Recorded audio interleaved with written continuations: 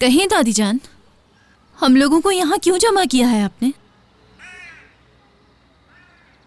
Elif, गोनल, अस्मा,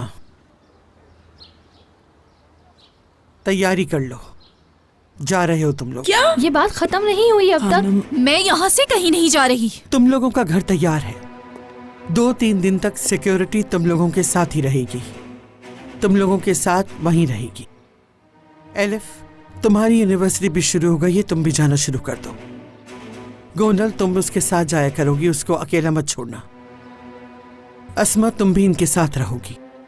लड़कियां जवान हैं, किसी एक बड़े का साथ होना जरूरी है। लेकिन खानम, फिरात। क्यों, क्या हुआ फिरात को? आपसे पहले भी बात की थी,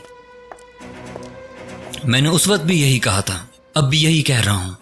मैं हरगिज नहीं चाहता कि मेरी अम्मी मुझसे अलग रहें, तो फिर जिद क्यों? तुम्हें तुम्हारी अम्मी की कुछ ज्यादा ही फिक्र नहीं हो रही फिरात? मैंने जब ये कहा कि तुम हमारे खानदान से हो, इसका मतलब ये नहीं कि तुम मेरे फैसलों पर सवाल उठाओ। हद में रहो अपनी। मेरी अम्मी यहां से कहीं भी नहीं जाएंगी। फिरात, फिरात,